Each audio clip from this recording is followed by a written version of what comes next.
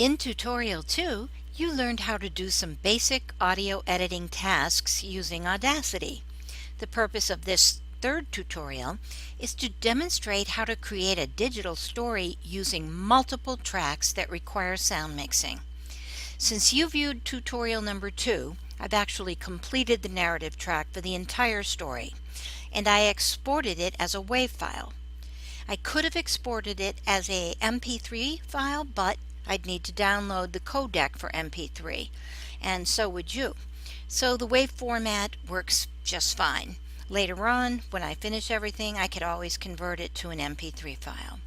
So now I'm going to create a new project that I can use to bring in my clean narrative track, add some music, and add some environmental sound effects. Before you begin, make sure you've selected the pieces or piece of music that you decided was appropriate for your audio story, and also sound effects if you found that you needed some for your story. And remember, they should be in an audio format like WAV or MP3 so that you can import them into Audacity. Pre-production is very important and will save you time in both production and in post-production or editing, which is where we are now. So try to get your files organized before you start editing. Here we go on multi-track recording and mixing. Go to File, New, and you'll see that a blank working area opens up for us. But it's not going to be blank for long because we're going to import that edited narrative track, which after tutorial 2 I finished and then I exported from the file menu, as I said, as a WAV file. So let's go find it. Import. You go File, Import, Audio. Now I created a digital assets folder for my dream story, and in it I have everything that I will need to put the story together. The first thing I'm going to need is the narrative track. When I click on narrative track, it's all completed, it's going to come in and have its own track. So I'm going to click open.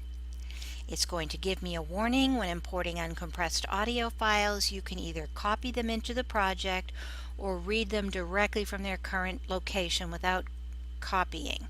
I suggest you make the copy like what the default is set on right now, because it's safer. So just click make a copy and safer, and in it'll go. As you can see, it came in as a stereo file, and this is a narrative track. I've already done all my mixing on my narrative and gotten it to where I want it, so I don't really need to look at it in stereo, and it's just one more track to have to look at. So all I do is go up to Tracks and then click on Stereo Track to Mono, and presto, I only have one track, which is great. I already took quite a bit of time to choose my music and effects, so they're all ready to import. Next, I'm going to import one of my sound effect files that I want to use at the very beginning of this story. And so I'm going to put it on the next track down. I go to File, Import, Audio. And under my Digital Assets folder, I am going to click on Wind Chimes. I'm going to open it, and this is the other dialog box again. We just click OK, and in it comes. Now, as you can see, it came in stereo, and I don't care, so I'm going to say I don't want it. Tracks, stereo track to mono, and bingo, now I have my narrative track and my first effects track. Let's take a listen to what that sounds like. There once was a Chinese poet and philosopher. One day, as he lay comfortably in his bed. That's great, and actually the mix is what I want. The narrative is louder and this is very much softer. I selected chimes because I thought they had an Eastern sound and they would be great in the opening before the music came in. Next, I'm going to put in my music tracks. So I'm going to go File, Import, Audio, and over to my track 27 happens to be my music track. And here we go.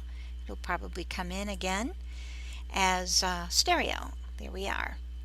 And while I know it's fun to mix stereo and all, I think for our exercise to keep it simple as can be, because it's already complicated enough, we are just going to have our tracks be mono to work with. So I'm going to go tracks, stereo track to mono, and now you can see I have 3 tracks going.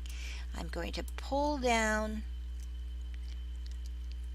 this all the way because I know that I'm going to be able to add one more track. Now this music track is very loud and it's totally going to overpower my narrative. So I already know that I'm going to have to drop it down in the gain. But first I need to move it over because I don't want this music to come in until after the chimes, which is on track 2 here. So what I'm going to do is go up to another tool you'll learn about today, which is the time shift tool. Click on the time shift tool, bring it down here, move it to where I want it to come in, which is right there, or maybe even just a little gap after the chimes. Just a tiny gap. That's what I want. I'm going to mute these tracks so I can hear how this and I'm going to go back and get my cursor and listen to this track of music. I know that's too loud already. It's going to be much too loud. So I'm going to go over to this area here, which I can actually increase my gain or decrease my gain. And I'm going to decrease it quite a bit.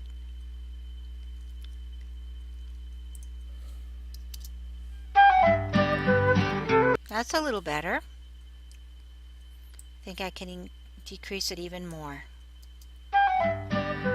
That's probably better. Now let's listen to that and my chimes and the narrative track. Okay, I'm going to unmute this track and unmute this track, and let's play all 3 together from the beginning. And I can go step back to the beginning with this skip to start button, and I hit play. There once was a Chinese poet and philosopher. One day, as he lay comfortably in his bed, he dreamed that he was a butterfly, dancing from one flower to another. He tasted sweet nectar. Now I'm not sure that I like where this exits and where the music comes in, because as soon as the narrative says butterfly, that's when I want the chimes to quit and I want the music to come in, and the music is ethereal, kind of floating, folksy music. The music is only going to last a certain period of time until he wakes out of his dream, and then I want the chimes to come back in. But I'm not going to do all of that because it takes time to finesse those edits. What I want to do is add to my music an environmental sound that will help us envision the outdoor setting. So now I'm going to go to File, Import, Audio, and I'm going to click on my bird.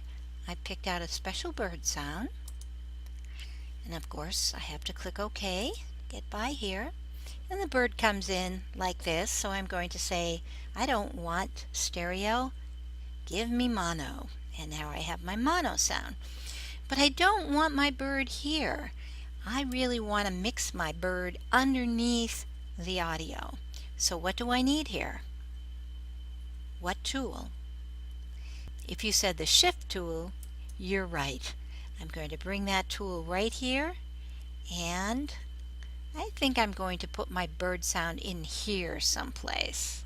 And I'll go up to get my cursor, and let's hear just this part of the music.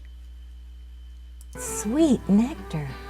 He drifted with the light summer breezes, and he blissfully fluttered with all the rainbow-colored butterflies. Let's just enough bird sound, I think. I like it. Now is show you, if I had this completely finished, how you would export this. You would go to File, Export, click on that, and then I'm saving it as narrative track, Whose Dream, but I'm going to down here, I have choices of formats. Now if I were to select an MP3 file, I would have to download another thing, and I'm not going to do that now. So I'm clicking on Wave and Save.